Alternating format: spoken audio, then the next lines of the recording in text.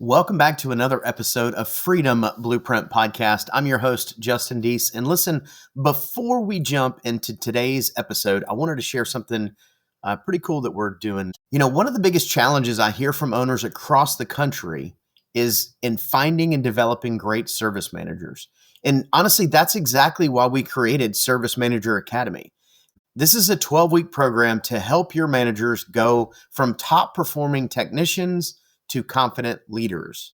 In this program, they'll learn how to lead their teams, protect gross profit margin, and create a culture of accountability and success. If you want the business to run smoother and grow stronger, check out servicemanagertraining.com. That's servicemanagertraining.com. Now, let's get back to the next episode. Running a home service business is hard. So how is it that some people make it look so easy? Well, we'll tell you. This is the Freedom Blueprint Podcast. It's always good to hear the wins that successful contractors have. But have you ever thought that the best advice would be to hear about the speed bumps they encountered, the mistakes they've made along the way? We're going to talk about the good, the bad, and the ugly. We want you to be successful and avoid the mistakes others have made. Let's get this party started. Welcome to the Freedom Blueprint Podcast. Now your host, Kristen Deese. Welcome back to another episode of Freedom Blueprint Podcast. I am hanging out today with my amazing wife. What's happening? What's up? Kristen, the virtual CFO for the trades. And I asked her to come on today because I wanted to talk a little bit about, we're 6 weeks into 2026. Wow. Right? Time flies. So we're already 6 weeks in. And it has been kind of a crazy, busy year already. And 2025 wrapped up being super crazy busy as well. And all self-inflicted. it is also, and it's all good things, right? It's all good things. It's not, it's all good things.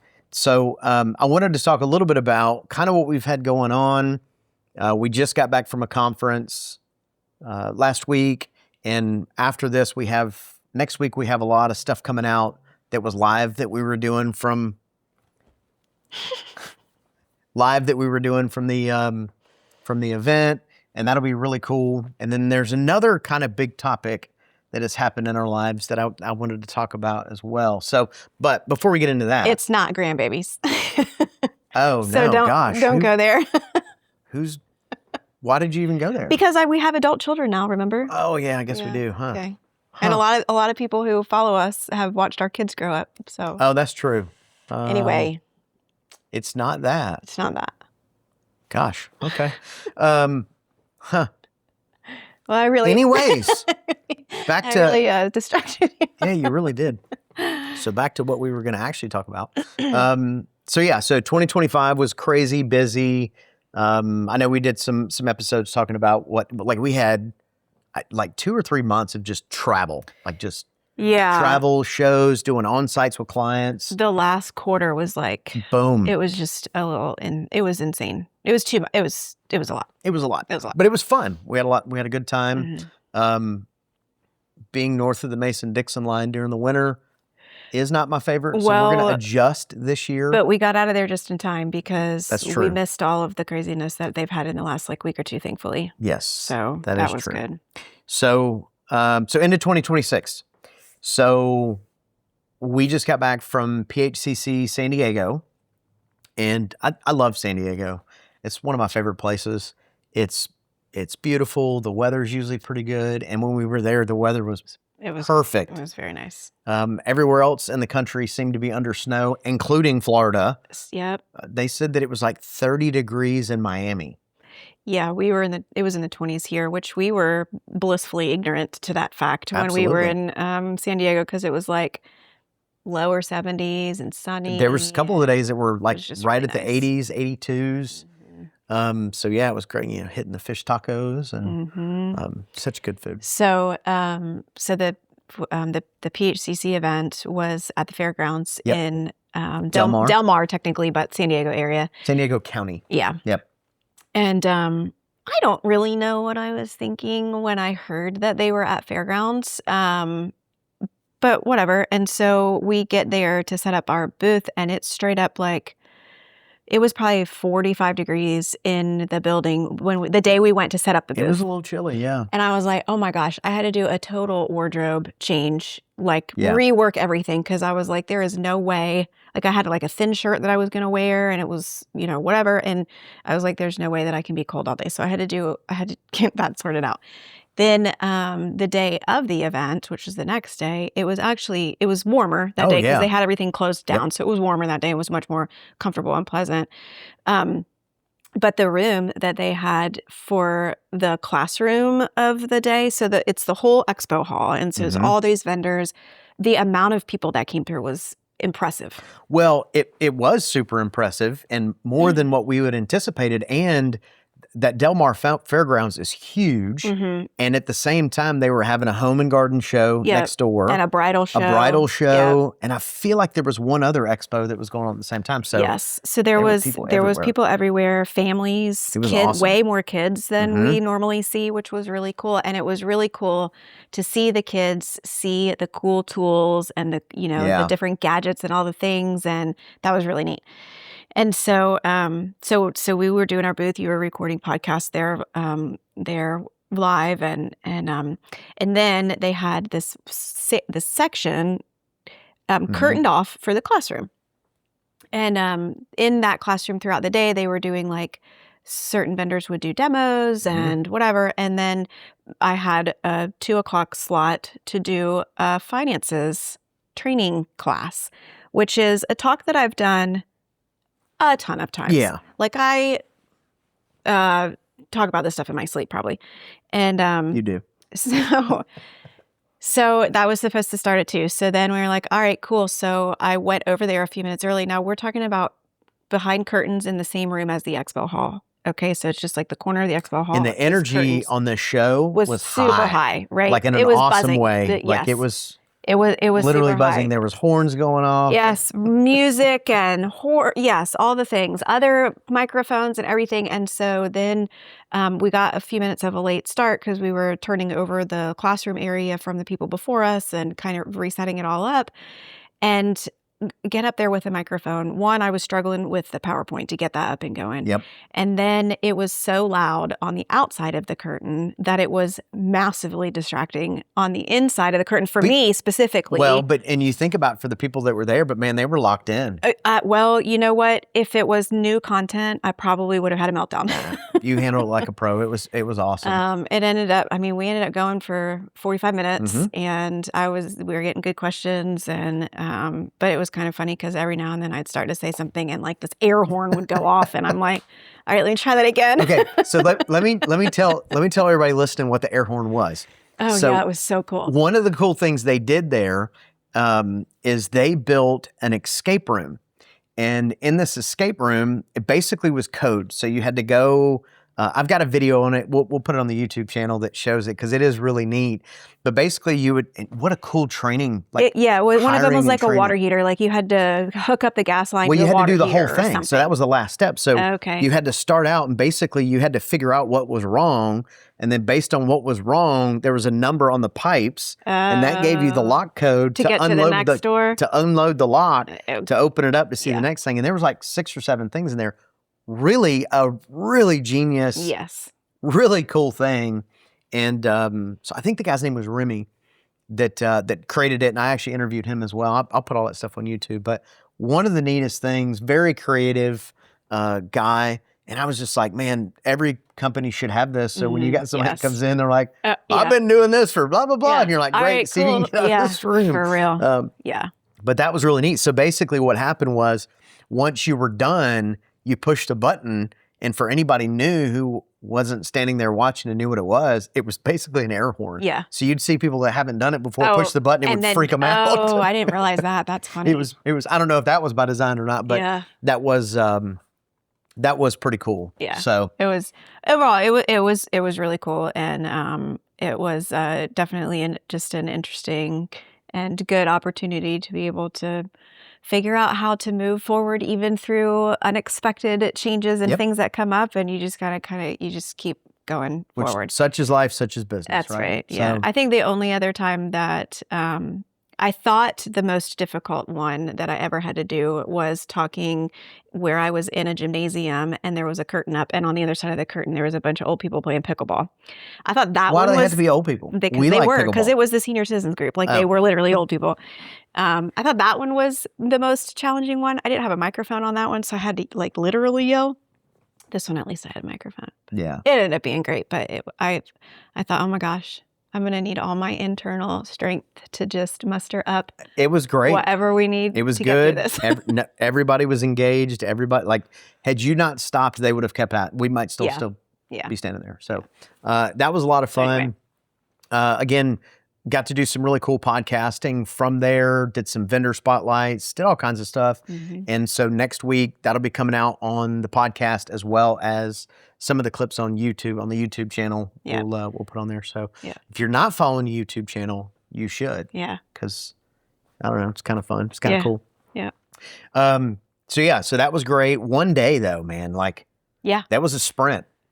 Which, and it was busy the whole time. I mean, I'm for it too, that too, because it was busy all day. All day. I mean, it was one long day, but I mean, there was stuff going all day and there was people walking through all day. Like, that was cool. Yeah. A couple people were like, man, I wish it didn't end at 3. Mm-hmm. It's like, but there were some big vendors. You know, there was the Milwaukees and the DeWalt. They had amazing setups there with a couple good wrap. That one wrap company that was at the end. That was awesome. That thing looked awesome. Yeah. I've got some footage of their car that they had wrapped. I think it was Gator wraps, maybe. Mm-hmm. Sounds right. But just a cool looking wrap. So, anyways, all in all, the California trip was amazing. Taylor is the one who really has to set all that stuff up. And that's a lot of work to do for one day. Yes, and, it sure is. There was probably 50 or 60 vendors there. So a lot of good work. Kudos to her for really putting together a really awesome event. And hopefully we'll get to be a part of that next year as well. So then we flew home and we got home Sunday night pretty late.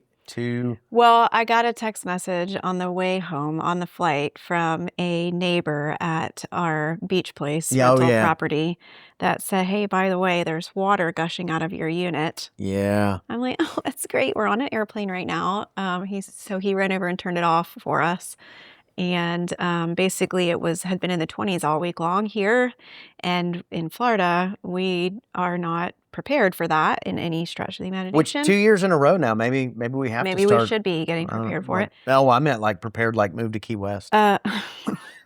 So we had a busted pipe at the beach place, and then we got home here and we had another busted pipe at the well. So we did not have any water until the next Monday afternoon. I had to flex my plumbing guy skills. Yep. I got this one fixed pretty quick, though. Yep, you did. Faster than last time. Yeah. Yeah, last time it took me days. Mm-hmm. Yeah, but in your defense, it was frozen the whole time. That's true. Fix it when it's frozen. That's true. It was frozen solid last time. So yeah, that was fun. And then 2 days later, we're back up into the 60s. So yeah, gotta love that Florida weather. Yep. But I am over the cold. Yep. So Key West, here we come. So anyway, let's talk about what we did December 31st. Not quite at midnight, but pretty damn close to it. All right. So our kids are 18, about to be 19, and 20, about to be 21. Mm-hmm. So we've been talking recently about, their future and how do we support them? So actually what happened is when they were growing up and we were trying to sort of kind of involve them into company businesses, they didn't want to have anything to do with it. Like they would wear the sweatshirt. Other than that, they didn't want to have anything to do with it. Where's my hoodie, Dad? Right. And then they both go off. One is in college for not even a couple of weeks and the other one's been in the military for a couple of years. And now all of a sudden they're starting to talk about wanting to be part of the family business when they get out of their school and active duty. And we're like, y'all, we don't have a family business for you to be part of at the moment. Where was this years ago when we did? I mean, we do, just probably not in the capacity that they're thinking. Right. And so, unbeknownst to me, really, this one over here starts researching and putting feelers out for what could potentially be the next family business. Right. There you go. All right. So I want to say this. So in my head, when I was talking to Zach about, the family business, in my head I was thinking about in Step Brothers when he's talking to his dad and he's like, "Dad, I want to be in the family business." And the dad's like, "I'm a doctor." There's no. Every time we say family business, I think of the mafia. Yeah. Well, okay, so that kind of ties into the business that we jumped into. Oh Lord, how? Okay. I will get there. So anyway, so we started looking, and I, have been talking to the kids about it, and what are some businesses that they would like to do, and obviously we wanted to find something that they could grow into, and find something that was not super over the top for them to run. We know that we're going to have some involvement in it, but time is not something that we have a ton of. So it was kind of one of those things like, how can we help support their growth in the future and help, from a coaching training standpoint. But we weren't looking for anything now. We were looking for next year was really when all this stuff we were thinking about, like, okay, well, next year we can really start leaning in. Well, you put things out in the universe sometimes. Sometimes an opportunity comes up, and even if it's not the right time, you kind of got to jump on it. Right. So I got a call, and it was about a place that was for sale. I'll call it a restaurant.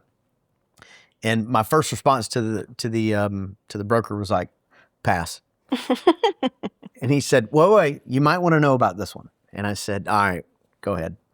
And he said what the place was, and it turns out it was one of my favorite places. So it was a pizza restaurant, and it's in Pensacola, and it's called East Hill Pizza. And they said the owner she's not really involved. She's got other businesses too, so she's not involved. There's a leadership team already in place. It's profitable. It's, whatever. It's probably it's worth something for you guys to look at. And of course, then once we did, well, I got that call, and the first call I made was to Zach. Yeah. I didn't even tell you about it yet. No, I know. I called Zach, and I said, real conversation here. Is this something you would be interested in? Because if the answer is no, then now is not going to be the right time for it.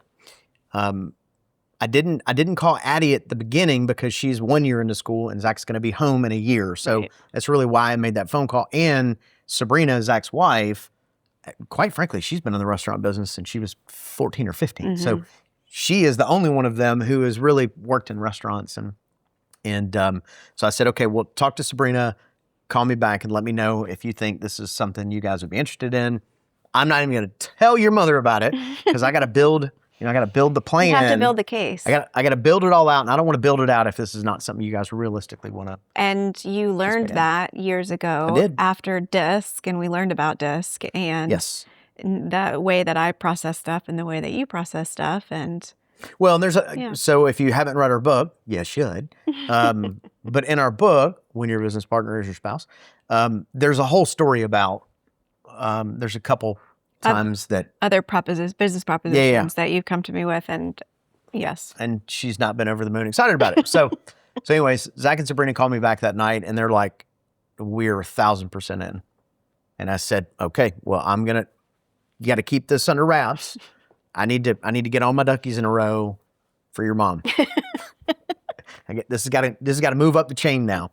And so I got all the information from the broker. Went through it all, looked it over, and then you and I sat down and went over it, and very unexpectedly, you were like, "Yes." Did I straight up say yes? Straight up, like not even a hesitation. I was a little bit like, well, what's happening here? I mean, so full disclosure, this is actually it's a pizza restaurant. This is 2.0 for us. Oh, yeah. So, way back in the day, we had a pizza restaurant in town, and it was different. There was bigger footprint. Yeah, much bigger place. We were young and we didn't know anything about anything at the time, and so anyway, part of it is kind of like that redemption story, right? Because so there's some of that. The other piece of it was, I'm down if the kids are down. I'm not down if they're like hesitating or whatever, because I mean, we're busy enough. Right. Whatever. So I was like, all right, cool. And then, of course, Addie, she was like, let's go. Like, let's go right now. Yeah. It's like, okay. So December 31st, they wanted to close really fast. There was actually another offer that they had, but they couldn't close as fast. And they really wanted to get the deal done by the 31st of December. And so did we. Yeah, well, I mean, I guess. Yeah. And so we made it happen. Yep. And then as of January 1st, we own a East Hill Pizza with our kids. Yep. And they are on the paperwork. They are on the paperwork. Yep. So the last couple of weeks has been a little interesting in a very hurry up and wait fashion. Yeah. There's a lot of licensing and there's a lot of stuff that has to be organized and dealt with and transferred and all that kind of stuff. And it's one thing when you are opening a restaurant from scratch and you don't open your doors until you have all of that set up and ready to go. And it's another thing to purchase an existing restaurant and have to work to do the transfers of all of the existing licenses and whatever. And then there's the journey of the new team and the new team adapting to new owners and all of that you've really spearheaded over the last couple of weeks. Well, it was interesting. So on the licensing part, we knew it was going to take a long time. And because we closed so fast, we had a operating agreement basically with the other owners, which is great. But we're 40 days, 30 days, whatever the number is. And we've gotten most of them, but we're still waiting on a couple We were of them. just able to get a legitimate bank account yesterday. Like that's how it just... Well, at the time of recording yesterday, but yeah. Okay, fair enough. At the time of recording yesterday. But it's like, you can't do this until this is done. You can't do this until that's done. You can't do that until that's done. It's like this whole big chain. It's silly. So obviously we've done this acquisition side from both sides a couple of times. And the people that we bought the business from, they're great. They're other business owners in town. She was not there on a day-to-day basis, but her team loved her. Like they really liked her. And so as we were talking this whole thing through, we had it set up on when we were going to do the announcement and what that was going to look like. And it was funny because she was like, yeah, it's probably just a few minutes. I don't think it'll be a big deal. And I was like, it is going to be a big deal. She had not said anything to her team. Well, sure. Really, about it. But you also don't. Yeah. Right. And I know that from an employee standpoint, that's hard to wrap your brain around sometimes. But when you're in an acquisition, I mean, it's exactly what we did on the first time we sold. Correct. We didn't and say even the second, word. Well, and even this most recent time, the only people that knew were the people that were in the leadership roles. Like that was it. So we had our team meeting. It went about as well. Like there's a lot of emotions. There's a lot of feelings. There's a lot of, this restaurant has people that have been there 4 and 5 years. It's a long time. It's a long time in the restaurant business. And that's most of the team. So I knew they were going to have a hard time with it. And so a big part of what I did was I was there every day to just kind of, I don't know, just kind of get to know everybody and it's been pretty cool. There's been a lot more changes than what we thought we were going to make. So they were really concerned. The team was really concerned that we were just going to come in and just like change everything just for the sake of changing it. And, the more you learn around DISC, the more you study around that, the more that you start putting together that most people fall under a form of one profile, and that one profile's biggest fear is the loss of stability, and that comes from change. And so it was not surprising that a lot of the team would be nervous about us just coming in and just changing stuff. Who are we? They don't know us. We don't know them. We wanted to make sure that we were handling that situation really carefully because we didn't want to lose any of them. Neither, I mean, we needed them. So we didn't want to lose them. And so, a couple of things, like it's been interesting to watch that transition. And, if you can, and this is good, this is, I think, true for any position that you're stepping into, especially if you're stepping into some sort of leadership role in any business. If you can spend some time listening and observing, be a good sounding board for the team, and then pick a couple, 2 or 3 little things that you've heard them complain about and fix it. Yeah, give them the win. Right. Yes. Fix it. And that starts to build the foundation of, hey, they listen. Right. And they're willing to take action if we need something. And you did a really good job of that in the first parts, just kind of noticing a handful of things that you knew were annoying to them, or that they said, this is something that needs some attention or whatever, and putting attention to it. And then that starts to get them on board. Right. And then anything that's come out since then, we just have to be really careful not to use the word change. Right? We're updating, we're upgrading, we're, whatever it is. We're not using the word change. And it's amazing when you can just tweak vocabulary a little bit, how much that kind of stuff can change the way it's perceived. Plus, they've been a part of it. Right. That's the other thing, too, is, our first team meeting that we had, there was like some issues, and I just brought it to all of them and said, here's the issue, how do we fix it? And literally amongst them, they fixed it. And I said, okay, is everybody in favor of making that change? And everybody good with it? And everybody's like, yeah, we're good with it. Right. Well, at that point, I didn't change it. They did. Right. So, and it was a good change. And quite frankly, they know the restaurant, the serving the food part better than I do. So it makes sense to use them as a sounding board and let them flex a little bit. Here's the other big lesson, maybe not lesson, because I think we knew this, but a lot of times, like, you put this stuff into practice, and it's really cool to see, is the leadership team there had no idea about anything about the business. They didn't know any numbers, food cost, labor percentage, like none of that stuff.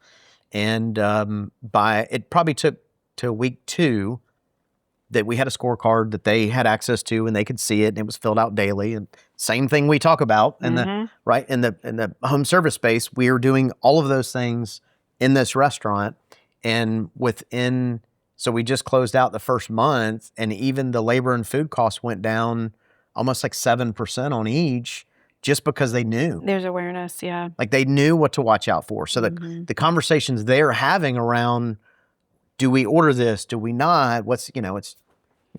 So it's very cool. It's really cool too, because the laterals between home services and the space have been pretty easy to connect. Yeah. So we still have a gross profit margin. Yep. We still have 2 main cost of goods sold, which is labor and materials or food.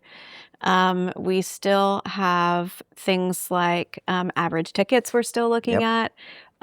We are, there was something else that was a super easy lateral on it.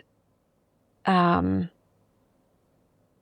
daily scorecards definitely were one of them. I can't. Oh yeah. If I think about what the other one was, I'll say it. But there's a lot of similarities in the business. So to be able to inject what we've learned in trades over the years back into it's going to be kind of cool. And we're not going anywhere from the trade standpoint either. Right. Right. Like this, there's big visions for what the restaurant could look like in the future, but all we're doing right now is helping to secure the foundation, because the kids are going to be the one they're running it into the future. Correct. And making it whatever it is that they want to make it, multiple locations or whatever. So we'll spend a little time now working on the foundation while they are learning life skills in the military and at college, and then when they come back, it's going to be their thing. Well, and 2, we're not going to hand them a mess. Right. Right. So there's team in place right now. They're good. They're learning. So even when the kids get to the point where they're a part of the business, there's still going to be that ramp up period, right? There's still going to be some time. But my prediction is that there will be multiple locations pretty quick. I think so too. It's going to take probably 6 or 8 months to get all the numbers dialed in the way we really know they need to be. But, really for me, the plan would be once Zach and Sabrina start to get here full time, we're starting to have conversations around a next location. But yeah, 1 month from that kicking off and us taking it and looking at the numbers and making small tweaks, there's been big impacts. And so now... And it's only been a month. So right? What happens in 60 days and 90 days and 6 months? Again, I think it's a testament to, if you give your team the information that they need to make the decisions that have to be made on a day-to-day basis, they will do it and they will kick ass. But if they don't know what they're doing and they're flying blind and they're not paying attention, it's not even that they weren't paying attention. They just didn't know, right. Or they didn't have the tools they needed or the equipment they needed. And none of this is to say anything bad about the people that we bought the business from. This is a typical small business scenario. Mm-hmm. We see it in every business, not every business. We see it in all different types of business: plumbing, AC, electrical, garage door, restaurants now, where the owners hang on to the information and they don't share the information. You've got to give the people that are in charge of certain line items, you got to give them the numbers. You got to give them their scorecard. They have to know what their win looks like. Well, and it's not about giving all people all numbers. Correct. It's about giving the people the numbers that they are in charge of controlling, mm-hmm. right? So again, restaurant, the two main costs are going to be your labor and your food costs. Mm-hmm. Well, the person placing the order for food and watching the food line needs to be the one who knows what is our budget for food. And if it's too high, why is that? Are we having too much waste? Are we putting too much cheese on a pizza? Like, what is happening that makes it, is our pricing not right? But mm-hmm. If they're in charge of labor and making the schedule, then they need to be the ones who need to know how much are we supposed to be spending on labor and how much is too much. It doesn't mean that we're giving them all line items of everything. But they need to know the pieces that they control. So in the first team meeting that we had, I asked the group, I said, how many have worked in a restaurant before? 90% raised their hand.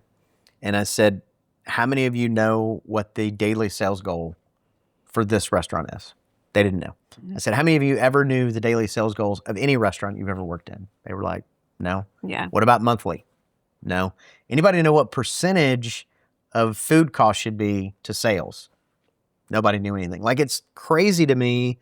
I mean, it's not, because I get it, but you're asking these people to run these businesses without information. And then, because really when you think about food costs, you think about like not just cheese waste, but think about what are the shift meals.